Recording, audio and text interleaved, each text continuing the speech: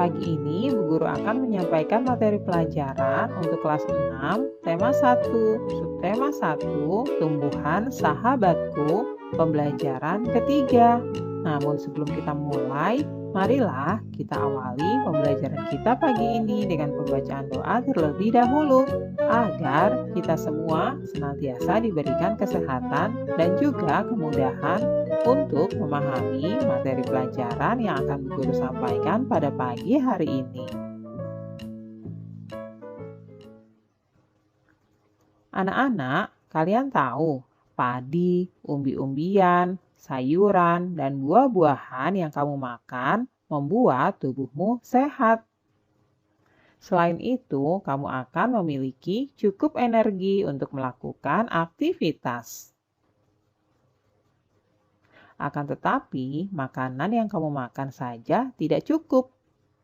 Kamu perlu berolahraga untuk membuat badanmu sehat dan kuat.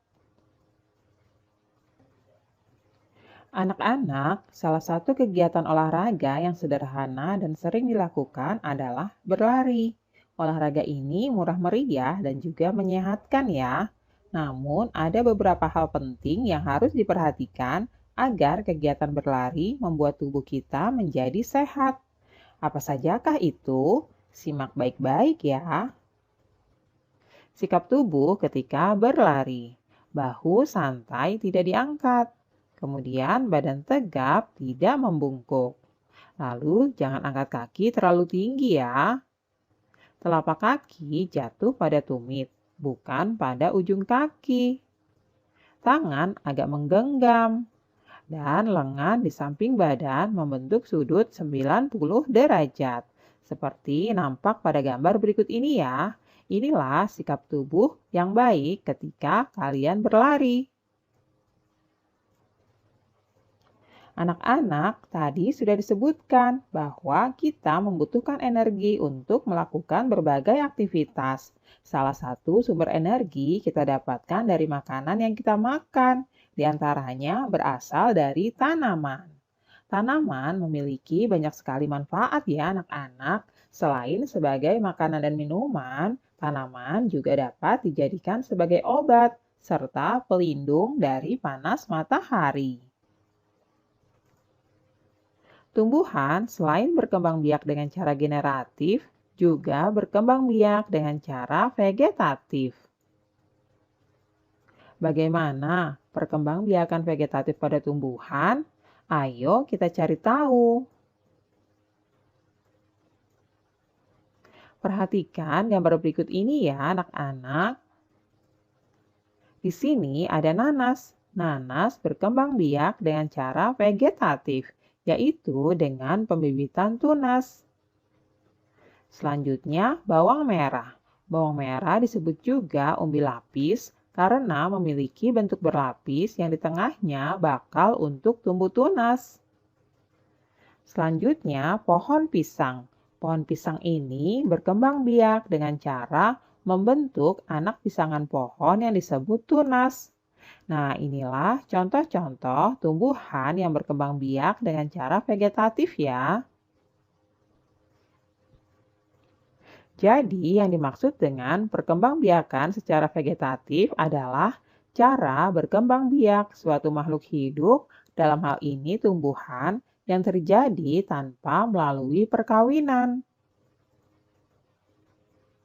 Anak-anak, perkembangbiakan secara vegetatif ini dapat dilakukan dengan dua cara. Yang pertama, secara alami dan yang kedua, dengan buatan, yaitu dengan bantuan manusia.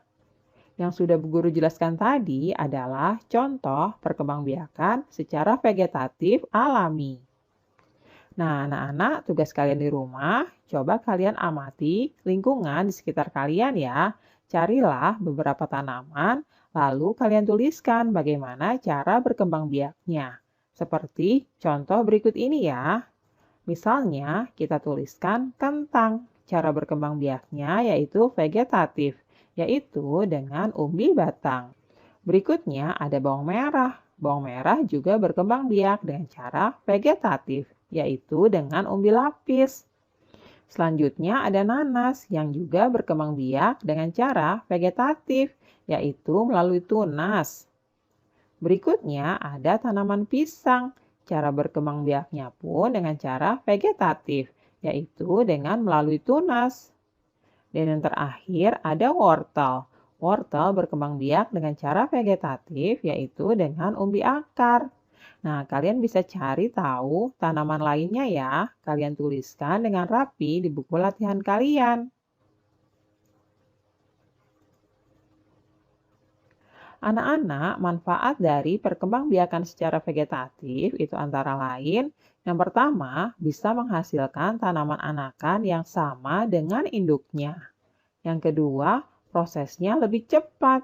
Dan yang ketiga, kita akan mendapatkan jumlah anakan yang banyak dalam waktu relatif singkat. Nah, anak-anak, itulah tadi manfaat dari perkembangbiakan secara vegetatif ya. Ingat, perkembangbiakan secara vegetatif ini dapat dilakukan dengan dua cara, yaitu alami dan juga buatan.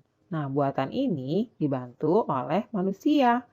Kita akan belajar perkembangbiakan secara vegetatif buatan pada pembelajaran selanjutnya ya. Tumbuhan sumber kehidupan. Anak-anak, coba bacalah wacana berikut ini. Kalian baca dengan teliti ya. Indonesia adalah negara kepulauan yang terletak di garis khatulistiwa. Indonesia memiliki dataran tinggi, dataran rendah, dan perairan. Dataran rendah adalah dataran yang memiliki ketinggian 0 sampai dengan 200 meter di atas permukaan laut. Hampir semua ibu kota provinsi di Indonesia terletak di dataran rendah. Tumbuhan di dataran rendah adalah padi, palawija, dan tebu. Wilayah pantai termasuk dataran rendah. Indonesia memiliki banyak pantai karena negara kita terdiri atas ribuan pulau. Tumbuhan di wilayah pantai adalah kelapa, bakau, dan ganggang. Dataran tinggi adalah dataran luas dengan ketinggian lebih dari 200 meter di atas permukaan laut. Beberapa dataran tinggi di Indonesia adalah dataran tinggi Dieng di Jawa Tengah, dataran tinggi Malang, dan dataran tinggi Tengger yang ada di Jawa Timur. Selain itu, ada juga dataran tinggi Alas di daerah Aceh dan dataran tinggi Bone di Sulawesi Selatan. Jenis tumbuhan di dataran tinggi adalah teh, kopi, cengkeh, buah-buahan, dan sayuran. Anak-anak, dapatkah kamu menemukan jenis tumbuhan lain yang terdapat di dataran tinggi dan dataran rendah? Coba kalian cari tahu ya.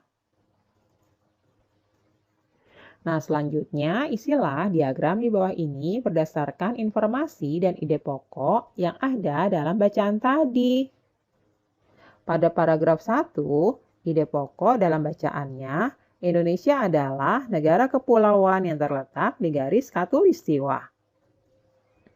Pada paragraf 2, dataran rendah adalah dataran yang memiliki ketinggian 0 sampai dengan 200 meter di atas permukaan laut. Paragraf 3, wilayah pantai termasuk dataran rendah. Pada paragraf 4, dataran tinggi adalah daratan luas dengan ketinggian lebih dari 200 meter di atas permukaan laut. Dan paragraf kelima, ide pokoknya, jenis tumbuhan di dataran tinggi dan dataran rendah. Nah, anak-anak, itulah tadi ide pokok yang dapat kita temukan dalam bacaan.